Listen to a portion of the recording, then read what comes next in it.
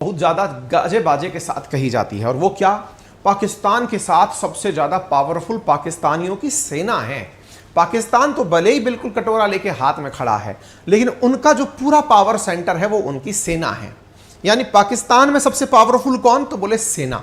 वहां ना का प्रधानमंत्री वहां का महत्वपूर्ण, ना वहां का राष्ट्रपति महत्वपूर्ण, वहां पर सबसे महत्वपूर्ण कौन? सेना, और सेना का अध्यक्ष। तभी तो ना जाने कितनी बार आज तक पाकिस्तान के अंदर सत्ता परिवर्तन हो चुका है, सेना का शासन आ चुका है।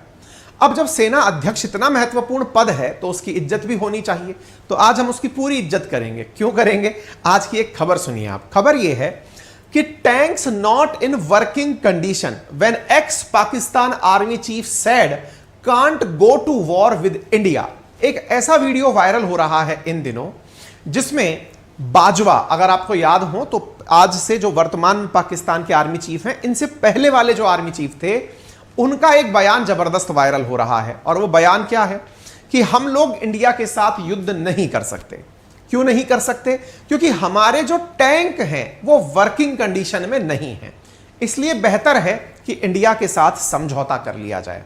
आप पूछेंगे तो क्या ये सेना अध्यक्ष के पद से हट गए हैं उसके बाद बयान दिया है क्या? अजी नहीं, ये बयान इनका 2021 का है।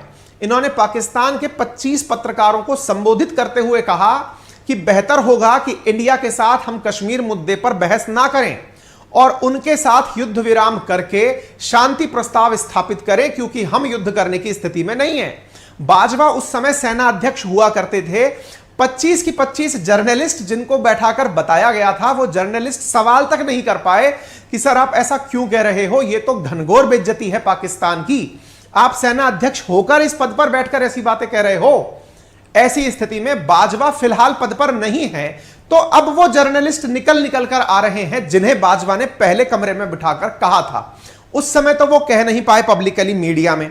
बाजवा ने केवल पत्रकारों को बुलाकर यह कहा कि तुम लोग ज्यादा न्यूज में कश्मीर राग मत अलापो, भारत विरोधी एजेंडा चलाओ मत। अगर तुम चलाओगे तो युद्ध की स्थितियां बनेंगी। हमारी स्थिति ऐसी नहीं है कि हम युद्ध कर पाए, ना हमारे टैंक में मतलब चलाने के लिए डीजल है, और ना ही हमारी गाड़ियों में इतना क्षमता है कि हम भारत से लड़ पाए। ये उस समय वो आर्मी के जनरल हुआ करते थे। और जब जब जब जब सेना अध्यक्ष के द्वारा इस तरह का बयान दिया जाएगा तो आपको मालूम है पाकिस्तान में सबसे पावरफुल सेना है, तो पत्रकार भी जो है वो उस समय कुछ नहीं बोले। आज जब बाजवा सत्ता में नहीं है या बाजवा पद पर नहीं है, 2022 में वो पद से रिटायर्ड हो गए, तो भाई साहब निकल करके पत्रकार बाहर आ रहे हैं और वो सारी वो बातें बता रहे हैं कि देखो बाजवा को कोर्ट मार्शल मिलना चाहिए। अरे मूर्खों, बाजवा को कोर्ट मार्शल दिलाने के लिए तुम फिर से वो काम कर रहे हो जिससे तुम्हारी कितनी जबरदस्त इज्जत दुनिया में हो जाएगी, इसका अंदाजा तुम्हें नहीं है। तुम बैठकर नेशनल मीडिया पर चर्चा कर रहे हो कि देखो हमारे टैंकों में तेल नहीं है। बाजवा ने ऐसा बोला था, हमारे टैंकों में ताकत नहीं है, हमारी सेना इंडिया से नहीं लड़ सकती है। अरे तो ये जो बात है ये जाकर प्रधानमंत्री को बताओ यार। तुम पब्लिक मीडिया में क्यों पाकिस्तानियों को मारने लगे हुए हो? मतलब ये एक नसीहत है हमारे अपने बच्चे के लिए, वहां की मीडिया के लिए, कि ठीक है मतलब तुम्हारे अंदर ये बात है कि बाजवा को मतलब सजा दिलवाई जाए, लेकिन बाजवा को सजा दिलवाने से ज्यादा बेहतर होगा कि तुम अपने उस फटे हुए मतलब जो गुदड़ी है उसको संभालो भाई। अपने घाव इतना ज्यादा खुल के मत दिखाओ। इंडिया एकदम तैयार बैठा है। अभी तक प्लान केवल कश्मीर को पाने का था, कल को पता चला तुम्हारे इस मोटिवेशन से इतना मोटिवेट हो जाए कि पूरा पाकिस्तान इंडिया में मिला लिया जाए।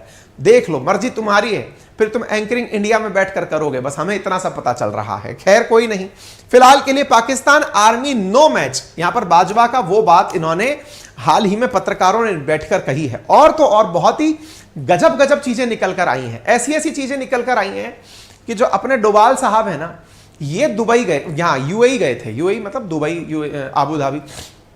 यूएई असल में भारत और पाकिस्तान के बीच कश्मीर मुद्दे के बाद में जो मामला भड़का हुआ था उसकी मध्यस्थता कर रहा था। पाकिस्तान को समझा रहा था कि बेटा घर में नहीं है दाने और तुम चल दिए भुनाने। ऐसी स्थिति में भारत के साथ समझौता कर लो, कोई मतलब नहीं है।